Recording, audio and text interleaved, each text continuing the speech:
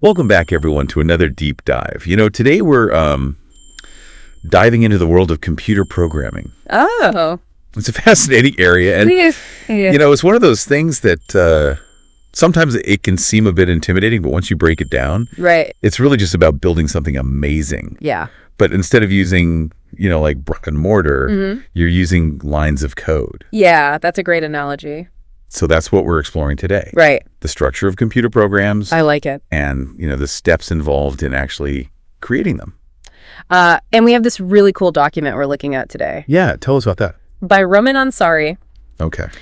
And it seems to be, geared towards computer science students. Yeah. But it's packed with insights that I think are going to be really interesting for all of us. I'm excited. Yep. So where do we begin with something as complex as programming? That's a great question. I feel like there's a million pieces to this puzzle. Right. How do we even start to make sense of it all? Well, this document actually does a really nice job of simplifying it. Oh, really? Yeah. It compares a program to a machine. Oh. So basically, you input something into this machine. Mm-hmm. The machine then processes it. Yeah. And then you get an output. Okay, so like a juice blender. Okay, I was going to say like a vending machine. No, that works too. You put in your money. Right. Select your snack. The machine does its thing. And out pops your delicious treat. Yeah, exactly. So the document uses the example of a juice blender. Oh, cool. Which I think is a really vivid way to think about it. I like that. You put in your fruits, the blender whirs and chops. Yeah. And then you get a delicious smoothie. So that's input, process, output. Exactly. Those are the three core pillars of any program. Got it. The three pillars. Okay. And the document illustrates this using a simple example. Okay. Calculating the average of two numbers. Okay, yeah. So the numbers you put in, those are the raw ingredients. Okay. The calculation itself, that's the process. Mm-hmm. And then the average that's displayed, that's the output, your finished product. Okay. So far, so good. I'm following along. Good. But how do we go from a simple average calculation to building, complex software? Like that's the big question. The stuff we use every day. Yeah. Does the document talk about that? It does, yeah. It mentions a step-by-step process for program creation. Oh, okay. There's like a recipe? Kind of, yeah. It's definitely more involved than just, throwing code at a problem and hoping for the best. I can imagine. Right. The first step, and probably the most critical, is defining the problem. Okay. So you really have to understand, what issue are we trying to solve with this program? Oh, that makes sense. What's the goal here? Yeah. Okay, so we can't just jump into writing code. No, not really. You need a clear plan first. You need a roadmap. A roadmap. Absolutely. Imagine trying to build a house without a blueprint. Oh, that would be a disaster. You'd end up with a chaotic mess. Yeah, for sure. So similarly, with programming, you need to carefully analyze the problem. Okay. Break it down into smaller pieces and gather all the necessary information before you even start coding. I see the importance of planning now. Good. It's crucial. Okay, so we've defined the problem. We've analyzed it. Right. What's next on our programming recipe list? Well, that's where the real creativity comes in. True. Is program design. Interesting. It's like creating the blueprint for your software, choosing the right programming language, and mapping out the entire structure and logic of the program. So this is where you decide on data structures and algorithms. Exactly. All of that. Yeah. Okay, that sounds pretty complex. It can be, yeah. I'm guessing the choice of programming language plays a big role here. Oh, yeah, huge, yeah. The document mentioned Fortran, COBOL, and Java. Right. Why so many different languages? Because each one has its own strengths and weaknesses. Oh. Making them suitable for specific tasks. What's interesting is that the document points out that Fortran, which was developed in the 1950s... Wow, that's a long time ago. Yeah, it was designed for complex mathematical calculations, making it perfect for scientific computing. So it's still relevant today. Absolutely.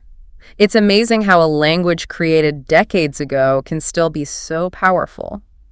That's really impressive. It is, isn't it? Like saying a hammer invented centuries ago. Right. Is still the best tool for certain jobs. Exactly. You wouldn't use a screwdriver to hammer in a nail, would you? No, definitely not. Each tool has its purpose. So once we've designed our program and chosen our language, what's the next step? Well, then it's time to bring our blueprint to life. It's the actual coding phase. Oh, wow. The moment of truth. You could say that, yeah. So this is where developers actually translate the design? Yes. into lines of code that a computer can understand. Exactly. And this requires a deep understanding of the chosen language and a whole lot of patience. I bet. So it's like building a house, laying each brick carefully according to the blueprint. Exactly. It's a meticulous process. But even the best builders make mistakes, right? Oh, absolutely. So how do we ensure our program works flawlessly? Well, you're right. Even the most experienced programmers can make mistakes. It happens. And that's why the next crucial step is program testing. Okay, so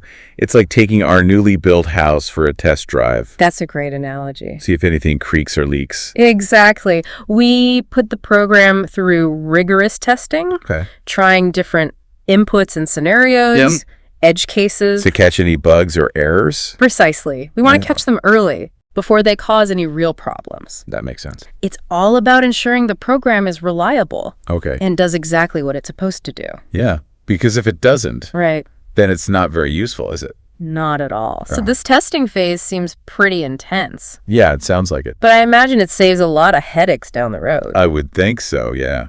So what comes after we've squashed all the bugs? You know what?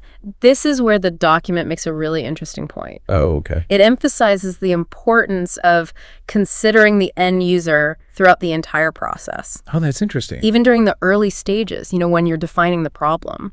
Oh, that makes sense. Yeah, because you wouldn't design a toy for a toddler the same way you would design a tool for a professional engineer. Right. Very different needs. Very different. Yeah. The document even suggests gathering feedback from potential users throughout the design and development stages. Oh, wow. It's all about ensuring the final product meets their needs and is intuitive to use. So it's like taking the users on a tour of the house. Yeah, exactly. We're building, get their feedback on the layout, the features, and make adjustments along the way. Precisely.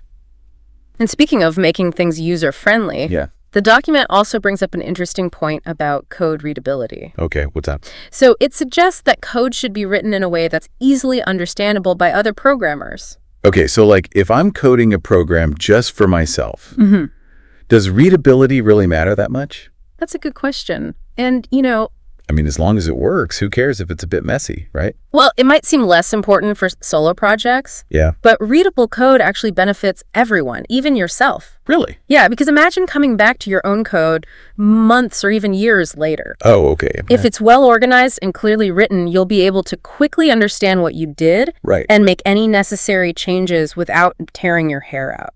Okay, I can see how that would be helpful. Yeah, right. Like writing a diary entry that you can actually decipher years later. Exactly. But what about in a team setting? Yeah, true. What about that? It becomes even more crucial. Oh, okay. Because other developers need to be able to understand your code, work with it, and make changes without getting lost in a tangled mess. So readable code makes collaboration smoother. Absolutely. It reduces errors and speeds up the development process. Okay, so it's not just about making the program work. No, it's about more than that. It's about writing code that's clear, concise, and almost elegant in a way. Exactly. It's a craft. Yeah. And the document stresses that programming is not just about technical skills. Oh, interesting. It's about effective communication, collaboration, and creating something that others can understand and build upon. That's a good point. Right. Now, earlier you mentioned modernization as a key takeaway. Yeah. What exactly does that mean in the context of programming? It's all about keeping software relevant and up to date in a world that's constantly evolving. Right, because technology changes so quickly. Yeah, it does. So programs need to adapt to stay competitive and useful. Absolutely. So it's not a build it and forget it kind of deal. No, I guess not. Think about all those software updates you get on your phone or computer. Yeah, all the time. They often include bug fixes, performance improvements, compatibility updates.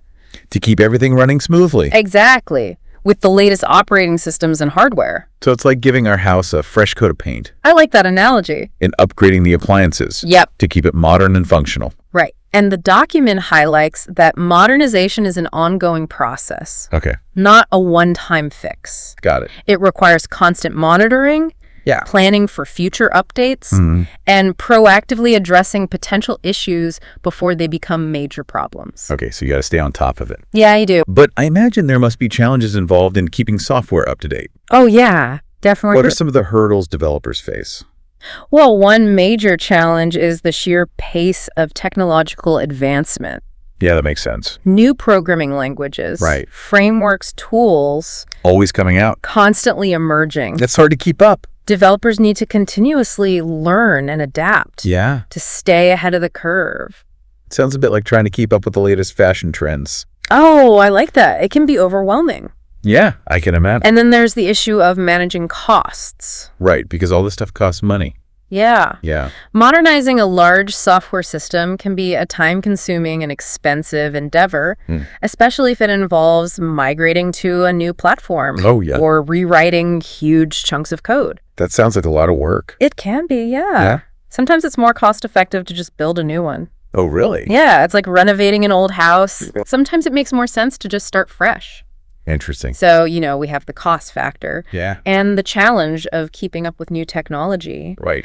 Are there any other major hurdles in software modernization?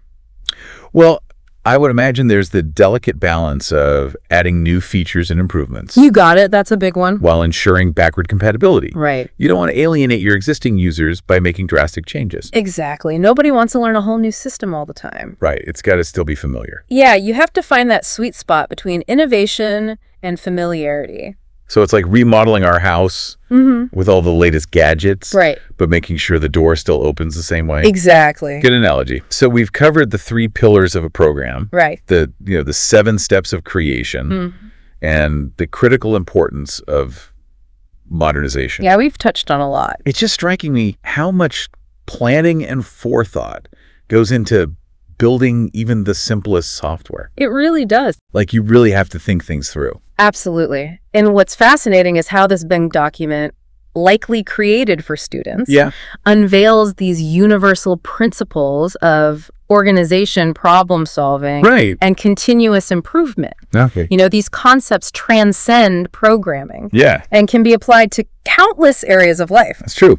Whether you're writing code, designing a product, planning your next vacation. Absolutely. Any complex task. Yeah. These steps can help you approach it in a more structured and effective way. That's a really insightful point. Right. I like that. And what I find particularly interesting is how the document emphasizes the cultural context of programming. Oh, okay. Tell me more about that. Well, it subtly highlights how advancements in technology, even something as seemingly universal as programming, are influenced by the specific needs and priorities of a society. Oh, that's fascinating. Right. So even though the underlying principles of programming might be the same, the way those principles are applied and the types of programs developed could vary depending on the cultural environment. Exactly. The document doesn't explicitly state this. Oh, okay. But you can sense it in the tone and the examples used. Interesting. It's like there's this underlying message that technology should serve the needs of the people. Okay. And those needs are shaped by culture, language,